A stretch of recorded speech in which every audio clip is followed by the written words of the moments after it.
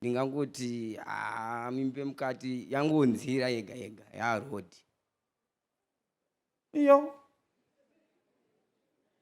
Muri kuti ground rakurisa. Ndikutonyatsoshaya kuziva kuti ndotaura nemutauro upi usinganyadzisiri. Plans munonzana? Jai. Try. Jai. Jai. Now, Jai, listen to me. Can you speak English? How old are you? 5 years old. Good. Murore moko. And you are? Nonzana? Eh? Auya ofuti murore moko yakangwara. God bless you.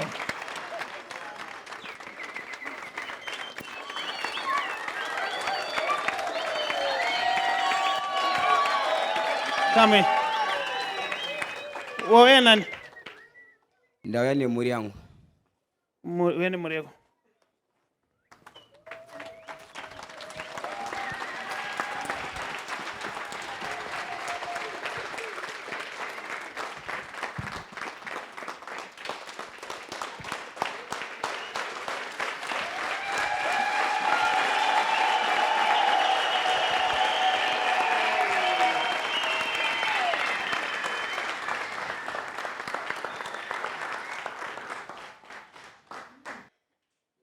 Maadi baba. Tiri makadio apostle. Imhuri yako. Imhuri yangu. You mean your wife? Yeah. Ni mwana? Ni mwana. Parore maoko. Hakuna munhu wandinopa sando semunhu anosarudza kuuya kuimba yaMwari nemhuri yake. Zvakanaka. Mama ndimoresaiwo makadi? Makadi prophet. Ndiri nani? Ya, muri kutaura neunyoro chaizvo. I love it. I love it. Baba, ndatanisa mudzimai wenyu ndikaona ari munyoro pakutaura, asi ndobva ndanoona paine bopoto. But bopoto iri muri kurasa maoko muchimwaya maoko. Chii chiri kunetsa baba? Ichokwadi prophet. Dambudziko ripo inhau yembe yemukati. Imba yemukati? Yeah. Ichokwadi. Bedroom? Yeah. Zvinondoiprofita sei pano? Haiprofitike kai. So papa, chii chiri kunetsa? Ngotsvaga yoshona inotaurika zvakanaka. Tiwane kutarisana nanamai. Ndingangoti mimba mukati yangonzira yega yega yarodi. Iyo.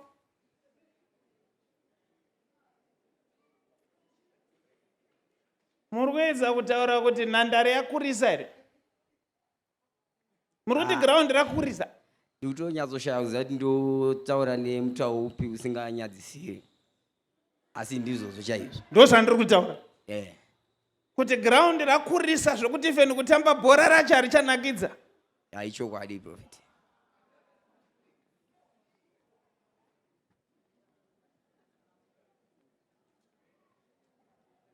Wangwara ka Stephen.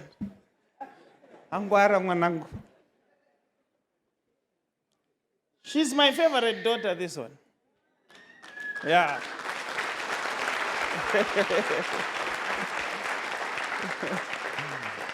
Shungu dzangu ndedzekuti Stefani anyatsograduata aite zvese, ndo shungu dzangu.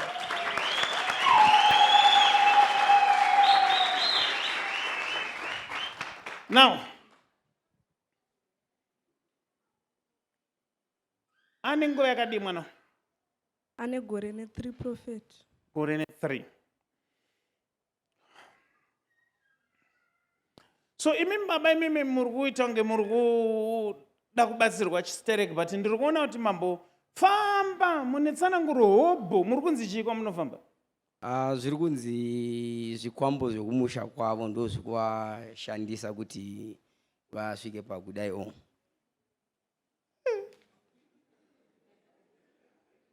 Zvikwambo zvacho zvinenge zvichishanda basa zve. Now, Now, handisi kuda kuti nditi makanyeperwa kwamakafamba. But next time ndozongokuti musati mafamba tangai nepano. Chete.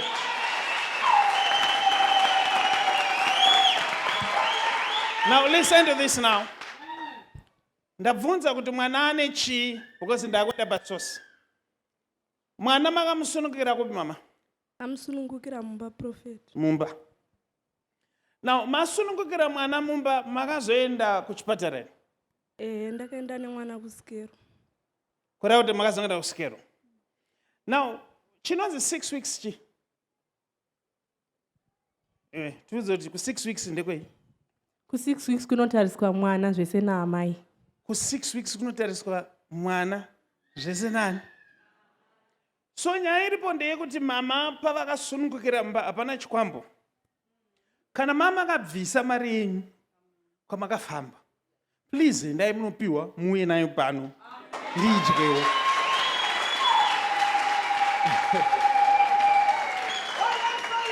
Now mama vakasunungukira mumba ndokubva vanoita a complication. Ndokubva vano nemamwe mazwi vaifanira kunoiswa mastitch. But havana kuiswa mastitch. Saka hapana chikwambo. Ngavaende kuchipatara. Kune zvimwe zvinhu even makasunukira mumba makore anaya. Endai kuchipatara. You hear what I'm saying? Iko zvezvi munhu akuchema akati nhandare yakurisa. Izvo mastitch aifanira kudzoreredzwa. Indapedza ndaprofita. Enda munogara pasi.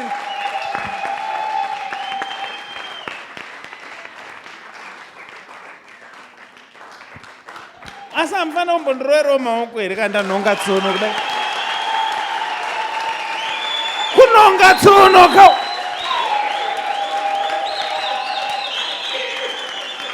Kuona stitch. I want to dance with everybody. Are you ready now?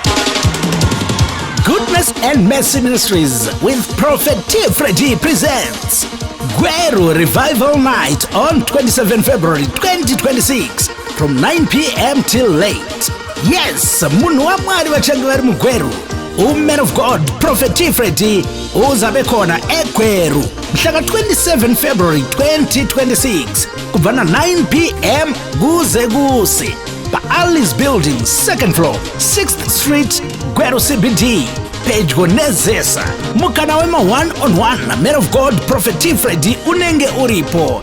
Kulabo abafisa ukubonana lo Man of God, Prophet T. Freddy one-on-one. Ithuba likhona. Contact 0778 059 270 0778 059 270 or 0712 528 094 0712 528 094 WhatsApp 0786 318 886 0786 318 886 27 February 2026 Gweru Revival Night na Prophet T. Freddy le Goodness and Mercy Ministries, the home of prophecy, deliverance, word and prayer.